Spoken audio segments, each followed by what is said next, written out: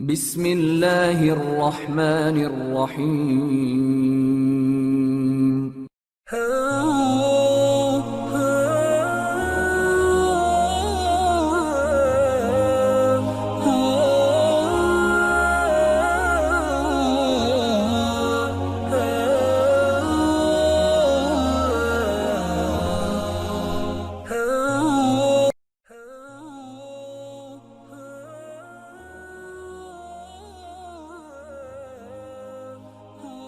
نبی کریم علیہ الصلوۃ والسلام کی ذات اقدس کے حوالے سے سلسلہ پنجتنی نے نوجوان نسل کی بہتر رہنمائی اور آگاہی کے لیے ایک سلسلہ وار پروگرام فوق البشر کی عنوان سے ترتیب دیا ہے۔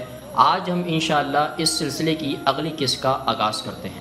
پرویز کی کمان میں افواج فارس نے پہلے عراق اور قفقاز، پھر شام اور مشرق اناطولیہ، آج اناطولیہ میں ترکی اور آرمینیا کے ممالک میں ہی فتح کر لیے تھے۔ شمال سے آنے والے زائرین اور تجار اپنے ساتھ یہ خبریں لا رہے تھے کہ جلدی افواج فارس، یروشلم اور دمشق پر دھاوا بول دیں گے۔ اگر ایسا ہو جاتا ہے تو پھر مکہ کی تجارت کا سارا نظام درہم برہم ہو کر رہ جائے گا۔ مکہ کے تجار کو دمشق میں قائم ہونے والی نئی حکومت اور حکام کے ساتھ نئے سرے سے روابط اور تعلقات بنانے اور تجارتی راہداری کو متحرک رکھنے میں خاصا عرصہ لگ سکتا ہے۔ محفوظ اور منافع بخش تجارت کے لیے سیاسی استحکام سب سے پہلی ضرورت ہوا کرتی ہے، جو اس سے پہلے بغیر کسی تردد کے ہمیشہ ہی دستیاب رہی تھی۔ مکہ کو تجارت کے لیے صرف سفارت کاری اور اعتماد بحال کرنے کی طویل مشق سے گزرنا پڑا تھا، مگر اب چونکہ یہ استحکام مفقود ہو رہا تھا تو شاید ساری محنت اور سفارت عقارت ہو جانے کا خدشہ لاحق ہو گیا تھا۔